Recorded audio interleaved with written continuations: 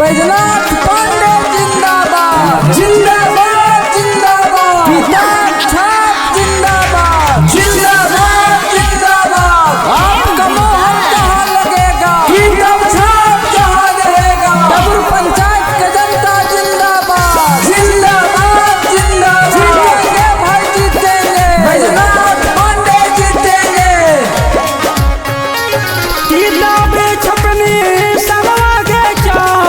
सिरहनवा ले के सूती किताबे छपनी सनवा गे बहिनी सिरहनवा ले के सूती भोरे भेनु सरवा गे चाची भोटा देवे तू जइहा। भोरे भेनु सरवा गे बहिनी भोटा देवे तू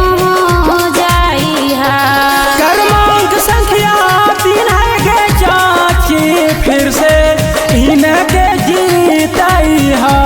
किताब छपनी सनागे बहिनी कोइयो नहीं भूलइहा। भोरे भेनु सरवा गे चाची भोटा देवे तू जइहा। भोरे भेनु सरवा गे बहिनी मोहा रातुला गाइहा।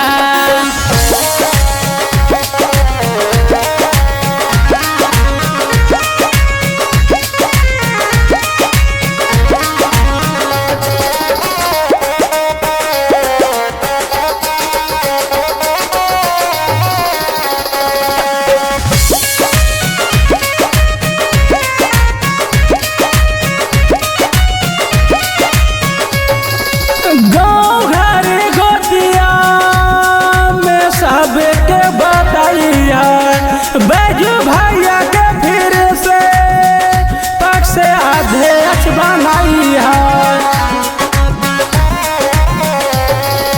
दाबुर पाने चैतवा में कबे के बताइया बैजनाथ पांडे के फिर से जीतइहा। गरीबा के इलाजवा जी भौजी फिरी डाल्टन गंजे हो वही। गरीबा के गलती रसनवा फिर से विजयी बनाइहा। भोरे भेनु सरवा जी भौजी भोटा देवे तू जइहा।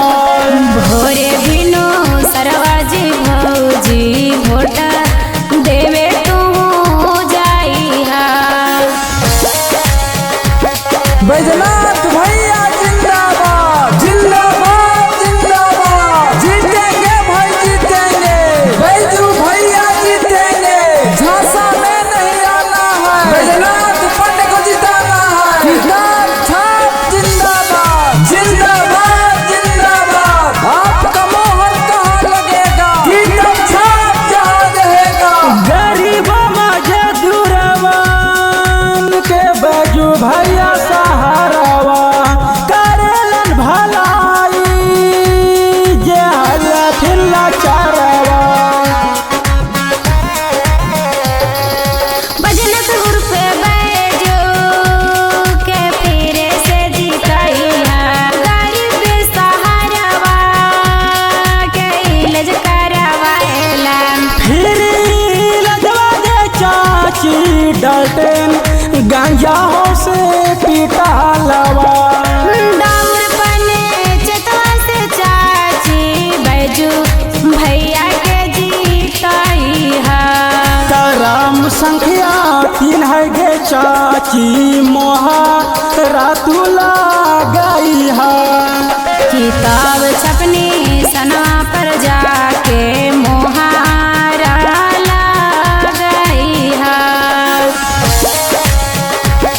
बैजनाथ भैया जिंदाबाद जिंदाबाद जिंदाबाद। जीतेंगे भाई जीतेंगे, बैजू भैया जीतेंगे। झांसा में नहीं आना है, बैजनाथ पांडे को जिताना है। किताब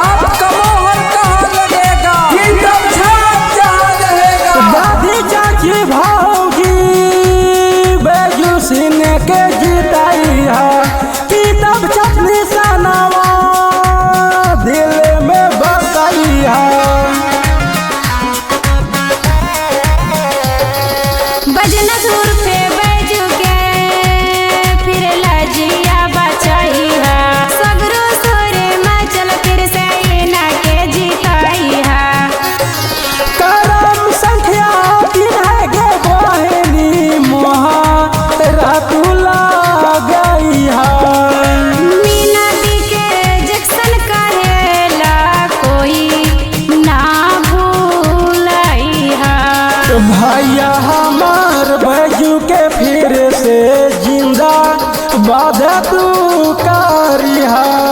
किताब छपनी सनवा गे दादी फिर